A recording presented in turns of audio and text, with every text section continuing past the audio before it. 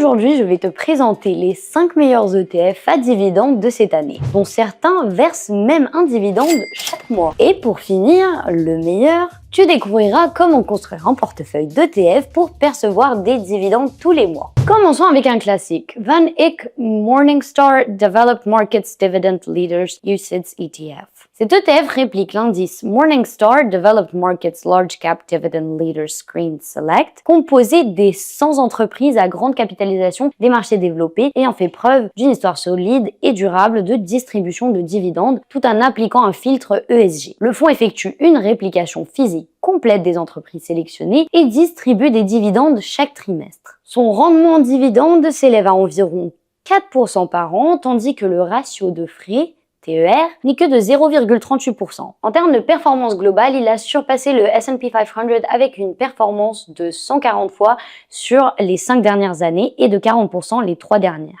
Grâce à une combinaison de revenus récurrents et à la révalorisation des entreprises qui le composent. C'est un ETF particulièrement adapté à ceux qui recherchent une source de revenus stable provenant d'actions internationales en investissant dans des entreprises matures avec des flux de trésorerie prévisibles et un certain potentiel de croissance à long terme. Passons au second, iShares Euro Dividend UCITS ETF. Ce fonds réplique fidèlement l'indice Eurostoxx Select Dividend 30 qui regroupe les 30 entreprises de la zone euro avec les rendements en dividendes les plus élevés. Il maintient un portefeuille concentré dans des valeurs défensives, utilities, biens de consommation, de base, santé, avec des flux de trésorerie stables et un historique de distribution solide. Ce fonds distribue des dividendes trimestriellement, soit 4 versements par an. Et son rendement en dividendes actuels avoisine les 5,1% par an. Avec une performance historique de plus de 100% sur les 5 dernières années et 35% sur les 3 dernières, ainsi que des frais annuels de 0,40%. Il s'agit d'une option particulièrement intéressante.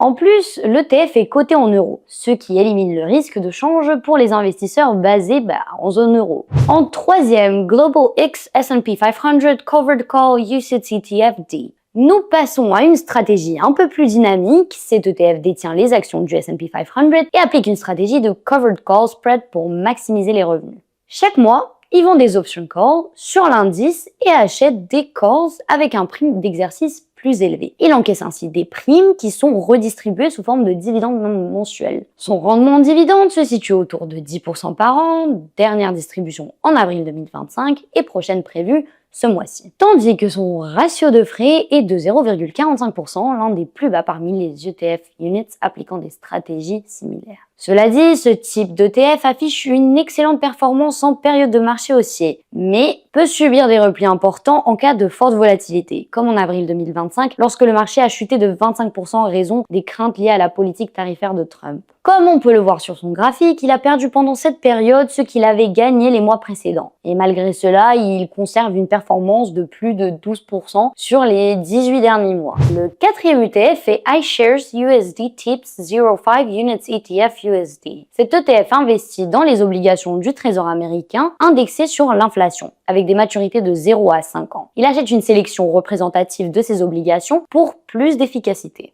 Il verse aux investisseurs tous les 6 mois les intérêts ou coupons générés par les obligations via les dividendes. Il est vrai que la rentabilité de cet ETF n'est pas la plus attrayante sur le long terme, mais ce n'est pas son objectif. N'oublie pas qu'il s'agit d'un produit lié à la dette souveraine. Son principal but est de préserver le pouvoir d'achat ajusté à l'inflation plutôt que de maximiser la croissance du capital. Par conséquent, il constitue un excellent outil pour décorréler ton portefeuille des actions et éviter de fortes baisses susceptibles de générer de l'inquiétude en période de turbulence. En résumé, son rendement par dividende est de 6,78% et un TER de seulement 0,10%.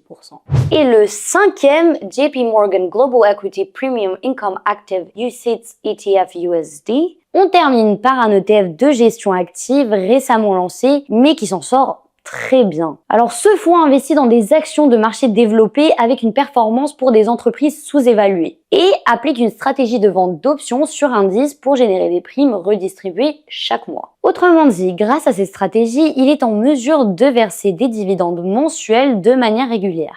Et en toute honnêteté, pour un ETF aussi jeune, ses débuts sont prometteurs. Sur la dernière année, il affiche une performance de plus de 13%, légèrement supérieure à celle du S&P 500, avec en plus des versements mensuels. Alors si tu es intéressé, sache que le rendement annuel par dividende avoisine les 5,75% et son TER est relativement faible pour un fonds de gestion active à seulement 0,35%. Très bien, nous avons passé en revue les ETF les plus intéressants pour cette année. Mais il reste encore à répondre à la grande question. Alors comment construire un portefeuille d'ETF qui permet de toucher des dividendes tous les mois? Après tout, nous voulons tous voir nos revenus passifs augmenter régulièrement, n'est-ce pas? Et c'est vrai, beaucoup des ETF que nous avons vus versent leurs dividendes de manière trimestrielle. Alors voyons comment s'y prendre. C'est beaucoup plus simple que ce qui ne paraît. Il suffit de consulter la fiche de chaque ETF sur des sites comme Just ETF pour voir à quelle fréquence et à quelle date les dividendes sont versés. Ensuite, il ne reste plus qu'à les combiner intelligemment. Alors par exemple, si tu vois que l'ETF Vanguard FTSE All World High Dividend Yields verse ses dividendes en mars, juin, septembre et décembre, et